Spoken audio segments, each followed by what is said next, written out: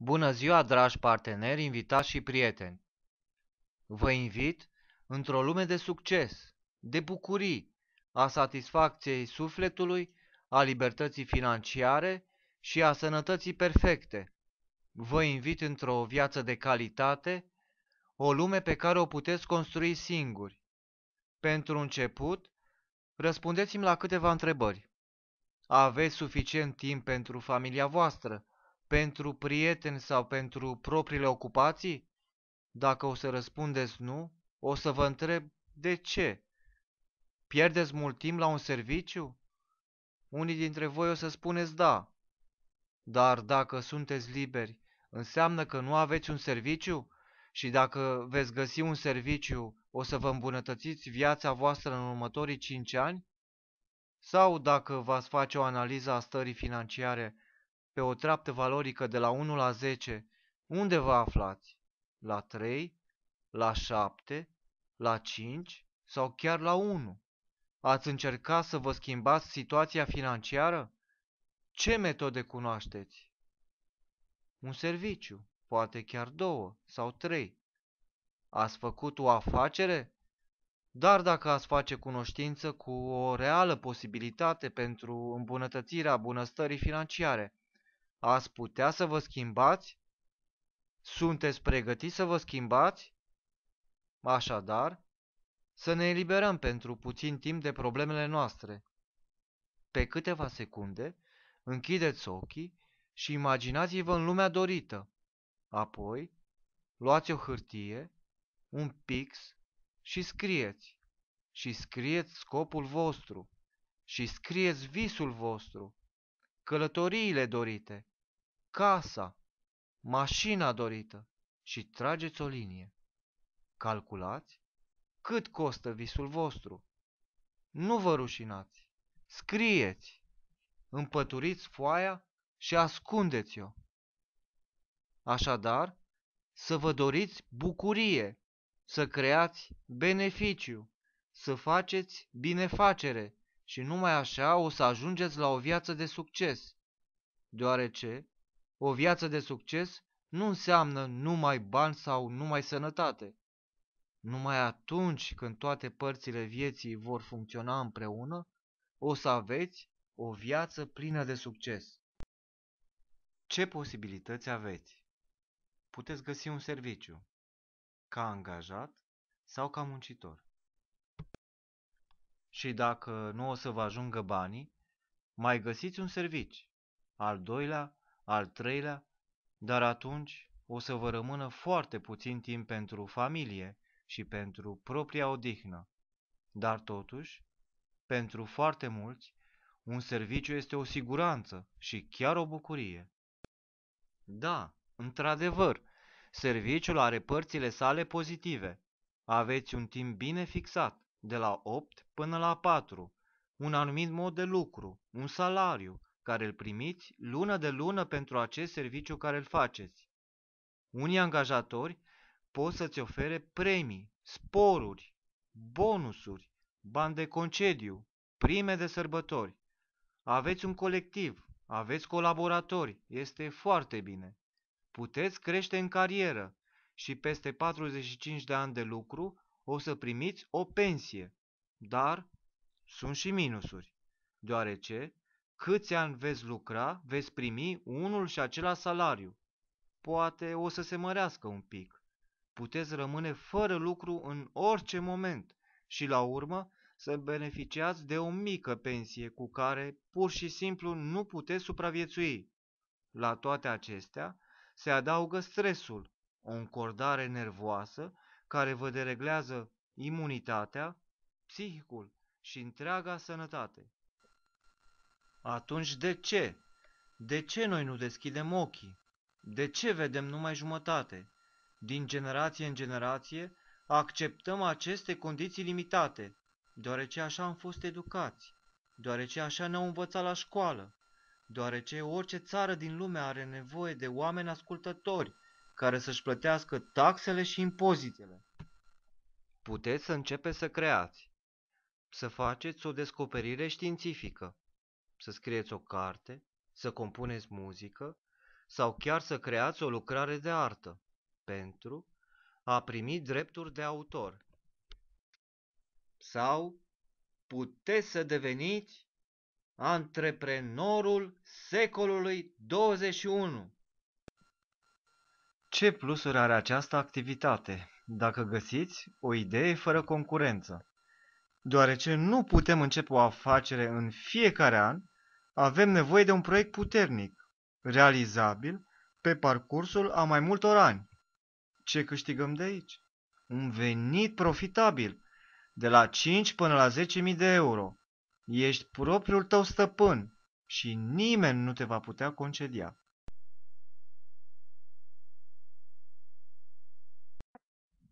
Poate merită să deschideți propria afacere? Aveți nevoie de un capital solid, de la 50 până la 100.000 de euro, impozite, asigurări, timp liber limitat, un risc foarte mare, concurență, o responsabilitate și o plată pentru chirie. Puteți începe o activitate individuală într-un proiect de MLM, Multilevel Marketing. Structura de MLM este o activitate tânără, funcționând de aproximativ 50 de ani. Dar o să aduceți argumente false din societate despre acest proiect.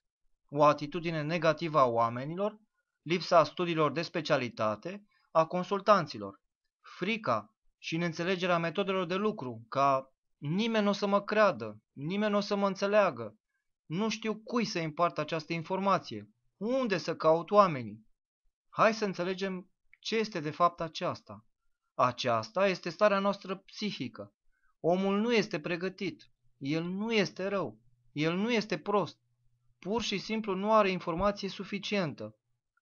Totul depinde de persoana respectivă, dar argumentele pozitive sunt o investiție minimă care este pe măsura fiecăruia, este o idee fără concurență, sigură, este un produs exclusiv, unic și niciun risc, o echipă de susținere, un sponsor bine instruit și niciodată nu o să aveți singur o responsabilitate și există un plan de marketing eficient pentru construirea business-ului. Să comparăm aceste două modalități de business pentru un venit între 5 și 10.000 de euro lunar. În businessul clasic avem nevoie de 5-10 ani, în multilevel marketing de 3-5 ani. Eficiența deja se mărește de 2 ori, dar la investiții, în afacerea clasică, avem nevoie de 50-100 de mii de euro capital inițial. În structura de MLM, tot avem nevoie de investiție, dar mult mai mică, de 5.000 de euro, pe parcursul a 3-5 ani. Investiție pentru vizite, pentru deplasări, pentru traininguri, pentru școli, pentru conferințe, iar pe parcursul a 3-5 ani se cheltuie acești 5.000 de euro, dar eficiența este de 10 ori mai mare. În general, businessul de MLM este de 20 de ori mai eficient. Să ne uităm la tabelul comparativ al companiilor deja funcționabile în structura de MLM. Fiecare companie are procentul ei pentru a-și achita distribuitorii și observăm că cel mai mare procent îl are compania For Life, cu 57,9%. Și aici nu sunt incluse premiile, călătoriile, care depind numai de dumneavoastră personal. Și dacă le adunăm, aceste bonusuri, vedem că compania plătește 64% pentru distribuitorii săi. Este cel mai înalt procent. Această companie For Life a fost creată de familia David și Bianca Lisenby. Ei au patentat produsul lor pentru a fi un produs unic. Și deja în 15 ani, compania funcționează în 55 de țări ale lumii. Este inclusă în topul primelor 500 de companii private care au avut o creștere mare într-un timp scurt. Este pe locul 10 în topul companiilor în structură MLM din Statele Unite ale Americii. În statul Utah din America, unde se află sediul principal For Life Research, este pe locul 3 în topul celor 110.000 de companii. Are un produs exclusiv pe care îl produce numai compania For Life. dar nu este o companie simplă. Se ocupă de caritate, ajută oamenii prinși în calamități naturale, sprijină copiii orfani și persoanele invalide. După ultimul dezastru natural din Japonia, compania For Life a fost printre primele companii care a venit să susțină acest popor. Așadar, ce sunt factorii de transfer? Factorii de transfer sunt mici molecule ale sistemului imunitar care transmit semnale de informații de la celulă la celulă. Factorii de transfer sunt limbaje de comunicare ale moleculelor din corpul nostru. Aceștia învață moleculele să recunoască o potențială agresiune și să ofere un răspuns optim. Factorii de transfer ajută sistemul imunitar să fie puternic. Aceste molecule mici sunt cheia către sănătatea a tot ceea ce este viu pe pământ. La toate mamiferele, această moleculă imunitară este identică și este nespecifică. Sunt realizate peste 20.000 de studii clinice. De unde au provenit factorii de transfer? Sursa este foarte simplă. Aceasta este informația mamei către copil cu primele picături de lapte. Și la păsări, cum se transmite această informație? Molecula informativă se află și în gălbenușul de ou. Se folosesc filtre supramoderne pentru filtrarea colostrului bovin prin separarea vitaminelor, lactozei, proteinelor, grăsimilor și altor componenți din lapte, rezultând cele mai mici molecule de ordinul daltonilor, care se numesc factorii de transfer. După această procedură, aceste molecule se introduc în capsule și se primește un produs unic pe piața mondială. Compania For Life are o gamă largă de produse la baza cărora stau factorii de transfer, dar și adaosuri naturale împotriva multor boli, cum ar fi oboseala cronică, răceli și gripă, boli cronice, oncologie, depresii, boli infecțioase, tuberculoză, boli endocrine, stres, boli alergice, boli autonome și multe altele. De ce? Deoarece fiecare a 10-a moleculă din corpul nostru este o moleculă imunitară. În corpul nostru nu se întâmplă nicio reacție chimică unde nu participă moleculele sistemului imunitar. Și dacă sistemul imunitar este bine informat, nu există niciun pericol de îmbolnăvire, fiindcă imunitatea le rezolvă pe toate singură. Este pe drept miraculos, deoarece imunitatea înlătură cauzele îmbolnăvirii. Dar dacă doriți să cunoașteți mai mult, vă adresați la persoanele care v-au făcut cunoștință cu acest produs. Planul de marketing. Orice companie care intră pe piața mondială trece o primă etapă până consumatorii fac cunoștință cu produsele companiei și după aceasta începe o creștere sau o concurență. Dar compania For Life, sau mai simplu factorii de transfer, nu pot avea un înlocuitor. Este unicul produs în lume, de aceea este rațional să începeți o afacere cu această companie. Cum să începi? De unde să începi? Simplu. Înregistrează-te. Primești un număr de identitate și poți procura singur aceste produse, fără intermediere. Planul de marketing este și el unic în felul lui, deoarece bonusurile se primesc până la infinit, de la toate generațiile care s-au înregistrat după tine. Sunt două posibilități de înregistrare. Ori începeți ca un lider cu 100 de puncte sau ca un diamant cu 400 de puncte, fiind conștient de faptul că poți începe un business rapid. Dar, indiferent cum te-ai înregistrat, următoarele plăți sunt la fel. Astfel, primești 25% din propriile investiții de peste 100 de puncte, 25% de la toți clienții care procură produsul, 25% de la toți care s-au înregistrat după tine, 2% de la primul nivel, 25% de la investițiile nivelului al doilea și 5% de la vânzările nivelului al treilea. În total, sunt 6 nivele.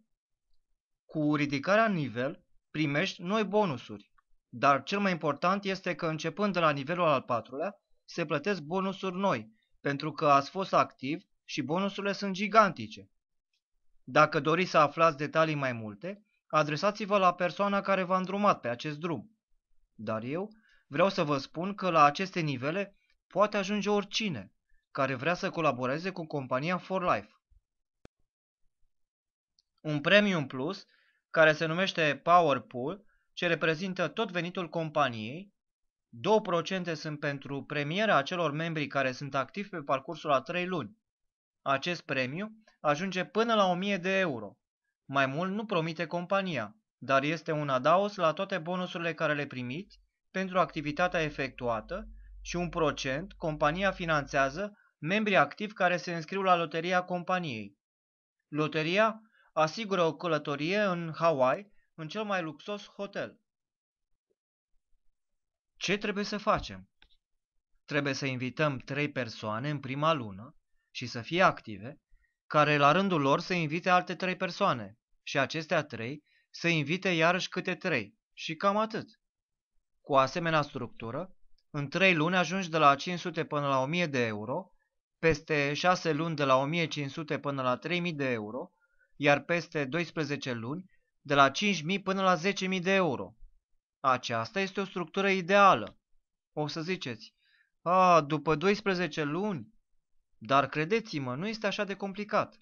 În prima perioadă este un pic mai dificil, dar vreau să vă zic că fiecare avem același timp la dispoziție, adică 24 de ore în zi. Și cei săraci și cei bogați au aceleași ore la dispoziție.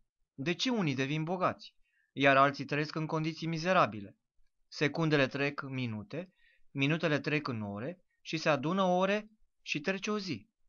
Zilele se adună în săptămâni, iar săptămânile în luni și trec ani și ne rămâne în spate viața.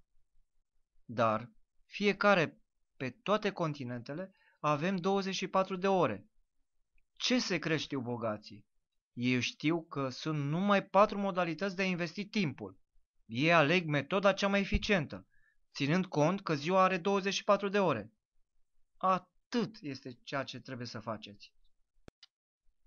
Robert Kiyosaki, un om de afaceri cu renume mondial, afirma: cei mai bogați oameni construiesc rețele. Toți ceilalți au fost educați să caute un loc de muncă. Să fii bogat ori sărac. Hotărârea este a voastră. Ce scenariu pregătiți pentru viitor? Închisoarea teribilă a sărăciei? Poate merită să învățați să mulțiți și să investiți timpul ca să puteți să vă îndepliniți toate visurile. A venit timpul să iei decizia. Fă-o chiar acum. Acum, luați hârtiile voastre și citiți visul vostru, iar eu vă doresc succes.